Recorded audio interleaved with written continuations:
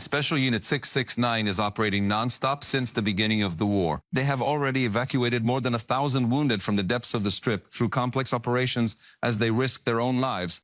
Nia Dvori brings us a rare glimpse. God, I can't believe it. Loading on the left. There are 2 seriously injured people on the way. You realize that it doesn't matter how many decisions you have to make. What matters is how quickly it gets done. There's a medical professional here for you. How can I help? Come on, hurry up. Let's go. 1 stretcher. 3 injured people for urgent evacuation. We're flying in high speed, close to buildings. Navigation is very challenging. Pick him up. Pick him. Go, go, go. 2 wounded on stretchers are coming your way. Get as much details as possible so we can meet the task. Team up with the forces on the ground and bring the injured to a hospital ASAP. Doors are closed. You're clear. Everybody's in. Take off. Go, go, go. This is how the dramatic moments in the depths of the Strip look like. Helicopters land under fire to evacuate the wounded just seconds on the ground. They load up and get out quickly before they endanger themselves. There he is. The door is closed. We can go. A rare glimpse to the treatment and evacuation process that leads from the grounds to the hospital, a chain of operations that begins with the Air Force Rescue Unit, which for the first time in this war are fighting with the ground forces through the transportation unit fighters who evacuate in designated vehicles to the rescue helicopters. The mission is to get from the field, no matter where, to the operating table in the center of the country in less than an hour from the moment of injury. We've created medical intervention teams that can reach the field endpoints and connect between wounded evacuation areas. This way, our forces and our troops speak the same language and act very quickly, as we know the healthcare provided to the entire evacuation chain is excellent. We're actively moving with the division in order to figure out where is the most critical area. That is where we expect there to be more friction, where we can get to the injured faster and analyze the evacuation strategy. Guys, do an update. We're boarding 2 seriously injured people to our vehicles. One more. Here we can see fighters from the transportation unit as they reach the wounded. The medical staff have already begun initial treatment at the field. This happened in Jabalia during the first week of combat. Go to the other side. Come here. Come here. We arrive and see a wounded man who looks very bad, has impaired consciousness, taking his last breath. As they drive to the helipad, the doctor injects him with a blood unit, a treatment method that hasn't been tried before and makes all the difference. We finish 2 pressure units of blood and the man wakes up. How are you? Tell me a bit. Pretty bummed, actually. Any pain? My right side is killing me. He starts telling us it hurts.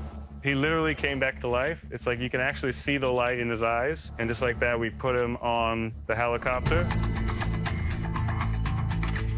We have 2 wounded. 1 is unconscious with a hole in his shoulder. Received blood. The second wounded is conscious, stable, with shrapnel in his limbs. What procedures can you perform during the flight on the way to the hospital? It depends on the condition of the injured, but basically we have everything here.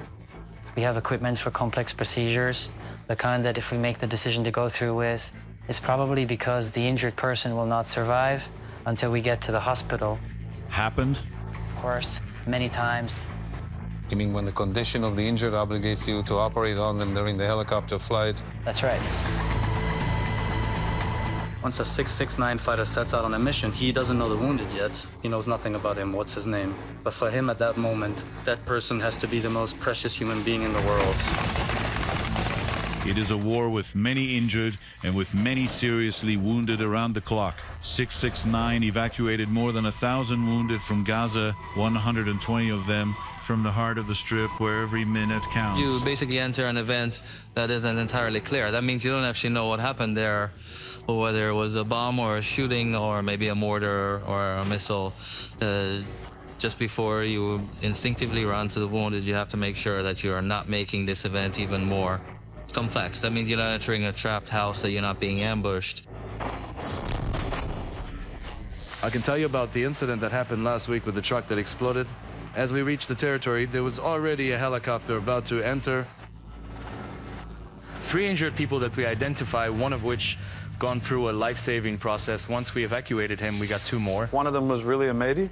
You evacuated I wasn't him? entirely sure it was him. At that moment, you didn't know it was actually him. At that moment, I didn't know it was him. And once you realize... I was glad that he'll be able to sing once again. We had an incident not long ago in the north part of the Strip. Extremely difficult with 2 fatalities. And the other 2 came out with relatively minor injuries. And then one of them asks, what about the others? And he's hearing reports of possible fatalities. And what do you answer him? You say they were very badly injured and we're still trying to save their lives. You need to understand we are the first people they get to see, the ones that hold their hand, calm them, and say, don't worry, you're on your way to a hospital. And there are incidents like this of multiple casualties. Paratroopers forced the stepped on explosives with 5 dead and 8 wounded. And the dramatic decision to let a C-Sterling chopper in, despite of the daylight, simply because there is no other way. There was a major event involving 2 units of Special Military Forces, and I had to make one of the most complex decisions I've ever had during this war. We arrive and land in order to evacuate soldiers, and I see 4 soldiers running towards us with a stretcher. One of them grabs me by the shoulder and says, we have a wounded here. It's my cousin. Please take care of him. Keep him alive, or something like that. Merely 10 seconds after, the doctor comes to me and says, the wounded soldier is dead, and now I have to decide what to do. Do I leave him on the helicopter at the expense of other wounded, or do I drop him off when his cousin is out there and has to keep fighting without knowing he is dead? I decide to take him, but not before I validate several things in order to make this impossible decision. We had a wounded soldier who was a leg amputee. And from the moment we began his evacuation, through the drive to the helicopter, he just grabbed one of the fighter's hand and just didn't let go. Like this, you need to understand it's about much more than technical work and making decisions. It's also about taking a second and being sensitive to the situation and understanding for a moment what the guys are experiencing in all of this. And here is Ben Shelley, may he rest in peace. Just moments before he died, the commander of the unit in charge of directing wounded people to the helicopter. This unit lost 4 fighters in a rescue and evacuation mission under fire. Major Ben Shelley, Sergeant Major Rum Hecht, Lieutenant Chayayali, Lieutenant Nathaniel Menchem Eitan. May they rest in peace.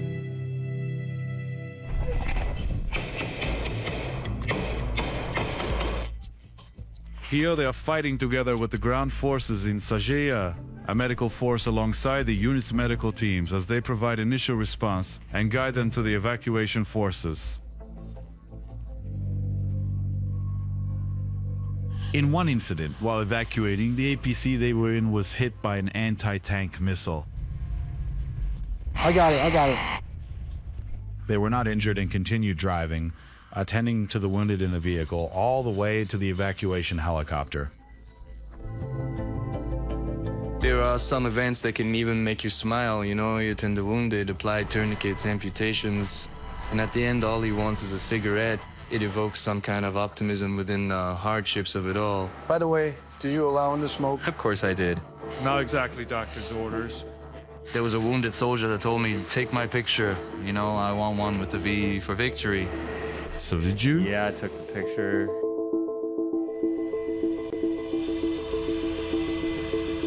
Such a rescue is a complex operation, covering fighter jets, Get closer to the position. Dust on the smoke. masking of artillery shells, followed by a quick entry. If you stay over a minute on the ground, you could get hurt. I received the condition of the wounded. You guys are ready for entry. We're talking about a super fast entry, very close to buildings in an urban area. The navigation is very challenging, and there's a feeling like a sense of readiness and alertness, as if your finger is ready to maneuver and react to a threat at all times.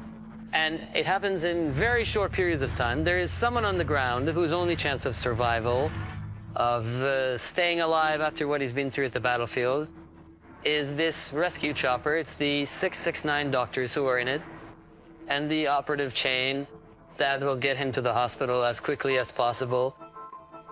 Come on, north. Yes, I'm with him. To the left, man. Lift your foot to the left. Hundreds of soldiers and reserve fighters operate this way ever since October 7th. This is a lesson from previous operations that was developed into a different evacuation method, lowering the percentage of the soldier mortality rate dramatically, from 15% in the Second Lebanon War to less than 7% in this one. The 4th is on a stretcher inside. Go to the door. We're down. Let's go. And facing the fact that they meet serious and complex injuries, this is also a preserving treatment for the resilience of the unit fighters themselves. There are psychologists in the unit who talk to us about it on a regular basis. The commanders are also being advised to be more aware that this is a matter of high importance. Sometimes we get into these situations that even though we've done everything we could, still we'll find ourselves in incidents with fatalities. A lot of times, the introspection begins once you land. Did I give it my all? Was I in sync enough? Was there anything else I could have done? Could I achieve a different result? This reckoning is very difficult to go through. Going on the left. You're clear. Joining forces both on the ground and in the air in order to save lives, knowing this won't end anytime soon. I remember an incident where we evacuated a wounded man with a splinter. It was an urgent injury, but he was conscious, and something amazing happened in the helicopter. I suddenly see the doctor holding his hand. I see one of the fighters taking the other hand. And they smile. They tell him to his ear, listen, we love you and we're getting you to a hospital. And I believe that what he got in that exact moment is nothing less than medical care.